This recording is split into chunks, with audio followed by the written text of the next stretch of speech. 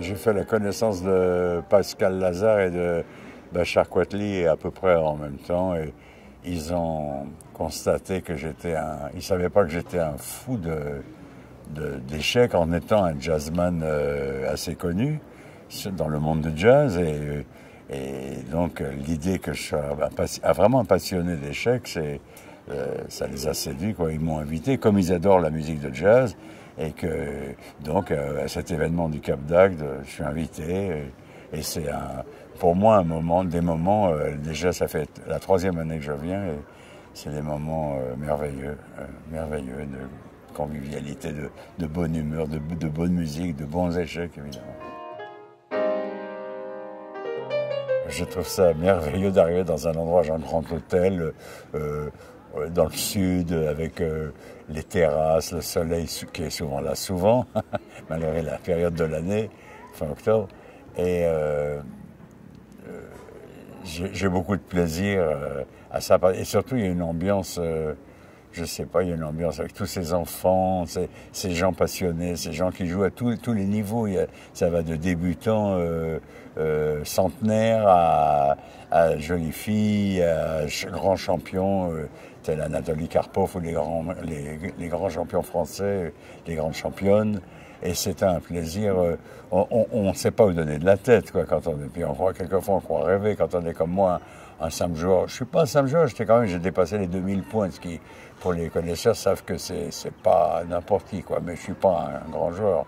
J'ai pas les qualités de ces gens dont je viens de parler.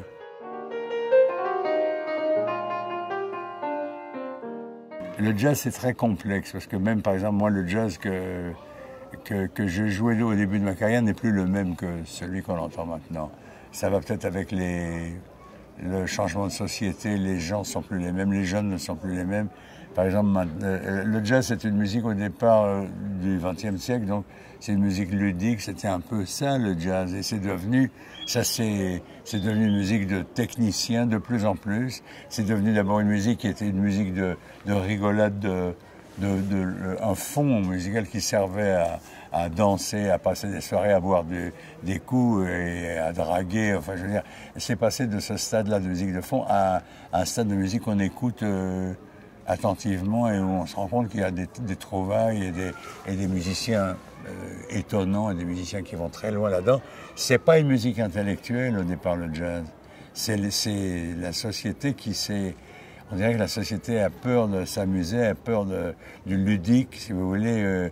Regardez la tronche des footballeurs quand ils viennent de marquer un but. Avant, les mecs, je sais pas, avant c'était la joie de leur vie. Maintenant, c'est tout juste, I just did my job. C'est un des grands problèmes de ma vie. Je suis musicien et combien de fois et je suis un musicien, paraît-il, renommé, même jusqu'aux États-Unis ou quoi. J'ai quand même joué avec les plus grands musiciens de la planète. Mais malgré tout, il n'y a rien à faire. Il y a toujours des gens, des voisins de palier, je les appelle, des gens qui me disent « Ah, vous êtes musicien, vous êtes pianiste, et je pourrais être Bill Evans ou Thelonious Monk, ça serait pareil. Hein. » Et ils disaient « Ah oui, c'est bien, vraiment c'est étonnant, c'est épatant ce que vous faites et tout. Et à part ça, qu'est-ce que vous faites ?» Il y a toujours cette question, comme si ça ne suffisait pas d'être... Et pas seulement moi, je connais des artistes très célèbres dans le domaine de la musique classique à qui on pose cette question. « Ah bon, votre fille... chante à l'opéra, le soir c'est une immense star internationale, et dans la journée, qu'est-ce qu'elle fait ?» Et voilà, c'est quand même... Et par exemple, je fais le rapport avec les échecs, vous avez ce côté ludique, comme si on faisait joujou. On dit jouer, vous jouez du piano, vous jouez du piano, vous jouez aux échecs. On ne joue pas aux échecs. La marelle, c'est un jeu, mais pas les échecs. Les échecs, c'est une science. Évidemment, il y a la notion de jeu, mais c'est une science, c'est un art, c'est très profond. C'est un combat, c'est tout sauf un truc de faire joujou, quoi. Et la musique, c'est pareil. La musique, c'est quelque chose de très profond, où il faut travailler beaucoup pour arriver. Et entre autres, les gens qui jouent du jazz sont les musiciens les plus évolués, les plus doués qui soient.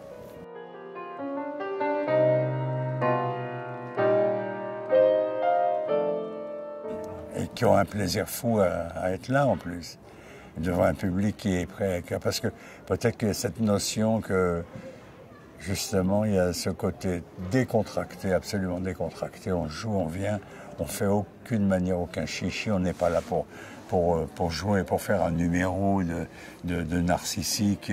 Pas du tout. On est là, on fait la musique. On veut faire plaisir à des gens qui sont là pour qu'on leur fasse plaisir. Et je crois que ça se passe merveilleusement bien comme ça. Avec des gens qui ne sont pas, justement, pas forcément des ultra connaisseurs. On s'en fout de ça. Si on joue, ce qu'on joue peut accrocher quelqu'un pendant 2 secondes et demie, c'est merveilleux, ça suffit. Il y a quelque chose dans le jazz et dans la musique en général qui est ultra importante, c'est le silence. Et je ne sais plus qui a dit, je ne sais pas que le silence, je ne sais pas. Vous faites un discours, si vous parlez tout le temps, ça aura beaucoup moins d'impact que si tout d'un coup vous savez manier le silence. Et surtout les nuances aussi. Le silence, c'est pas arriver à parler doucement pour tout d'un coup faire éclater une phrase importante, quelques mots importants, tout d'un coup. Tandis que si s'il y a un verbiage perpétuel comme ça, et ça, c'est pas donné à tout le monde d'avoir cet art. Miles Davis, avec qui j'ai eu l'honneur et le bonheur de jouer. Miles Davis était un de ces musiciens exceptionnels qui savait justement, et il a été imité depuis par des gens, les gens qui l'imitent chronomètrent la longueur de ses silences. Il faut être complètement barjot, mais c'est comme ça.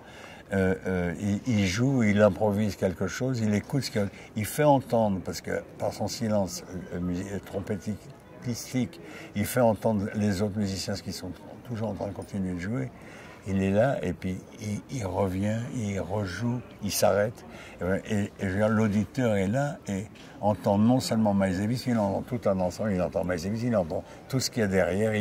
Il sait mettre en valeur ça, au maximum. Sacha Guitry avait parlé il avait sorti une belle phrase en disant « Quand on écoute du Mozart, le silence qui suit après le dernier accord d'une symphonie de Mozart, c'est toujours du Mozart. » Je trouve ça magnifique. Et voilà, je voulais parler de cette notion de silence. En fait, c'est en opposition à des tas de gens qui jouent plein de notes en pensant que ça va fasciner les foules. Non, justement. Et nous, on a cet art, je pense, ici au Cap d'Agde, pour revenir à l'endroit où on est. Il n'y a aucun numéro, il n'y a aucune notion d'en mettre plein la vue, d'épater par la virtuosité. Non, les gens jouent quelquefois. Quelquefois, il y a des passages virtuoses, mais quelquefois, il y a des passages vraiment très simples et rigolos, quelquefois émouvants, d'autres. La musique.